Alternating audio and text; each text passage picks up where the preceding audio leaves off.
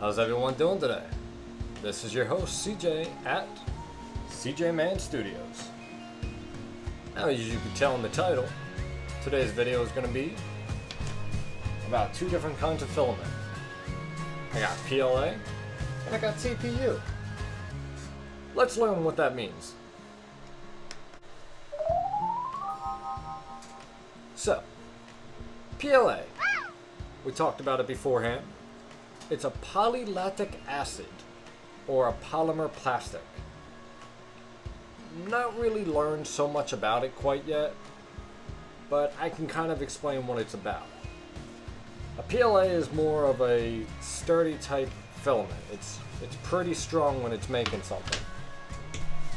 Like this screw, for example, that I made from my previous print that you saw. It's strong, it's durable, you know, it's hard, you know. Like my prints, all of them were made with a PLA. They're pretty durable, they're pretty strong, you know, they're gonna just last like that. Not much to it, you know. It is, as you can see, it's used with a lower temperature rate depending on which kind of PLA you're using. If you're going with like a fancier kind, then you need to change your temperature settings a little bit. But if you're going with just the simple, they usually stand at what, 210 Celsius at the most, dead temp at like 60.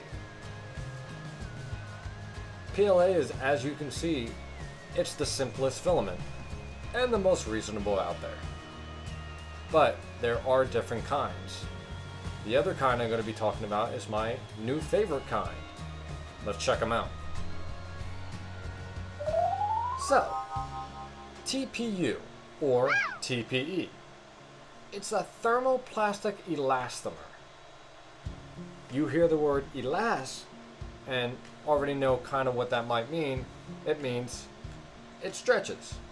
Elastic is basically something that can stretch to shape, stuff like that. Don't get it confused with a rubber type material because they're kind of different.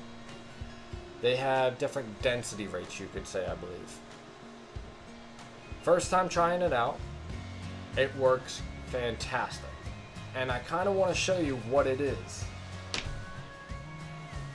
This is some of the filament of the TPU.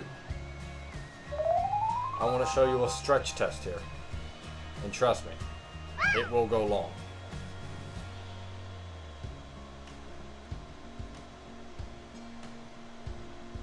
And I could keep going.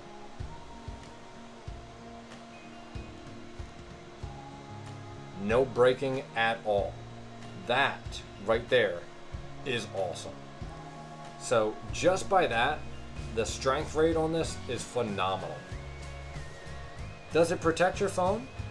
Most likely, once you got those settings correct and make sure it actually sits in there perfectly well. But it's a really cool filament, guys. There's many different brands out there. It doesn't have to be inland. Many different areas have it. So you want to kind of try out which ones you're looking at, you know. Different settings, different ways to do it. They all have different features, you could say. Now there's two differences between both the filaments I'm showing you, and let me explain that right now. So, obviously these two aren't the exact same, but they are. Just two different colors. But this is the box I had available, so I wanted to show you a little bit. So if you can see here, this is a 1.75 millimeter filament. And let's try to get a little closer. The print temp on this one is about a 215 to 230. Different filaments need different temperatures.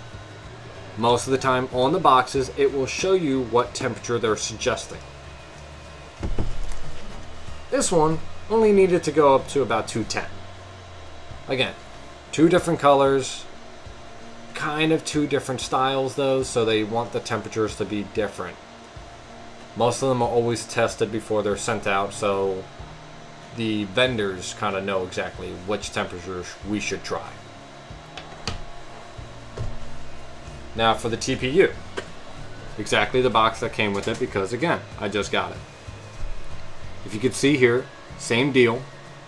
It's pretty small font here, but it's a 1.75 millimeter.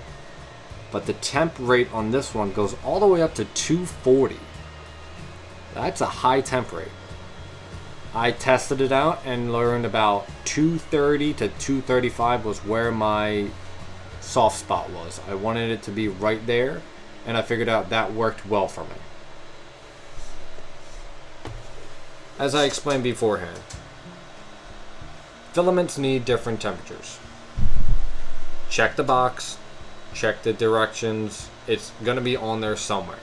If you're having issues though and you can't find that, most likely you can contact the company and say, hey, I have this filament, what temperature do you suggest? Or hey, just do a temperature level. You can find them on Thingiverse. I've never done one before, but I've seen it before. It's literally just a tower, a temperature tower, and you can change the temperature as it's going up to the next level, or you could do it in the G code so it knows what to do. So every time it gets to a new level, it will start changing the temperature, so you can figure out what is the best one to use. Again, never done one before. I'm kind of figuring it out along the way here, but it's worth a shot, you know? Well, that's pretty much it for this video, guys. I try to keep it short and sweet this time. I know my last video was super long, and I'm not trying to do that every single time.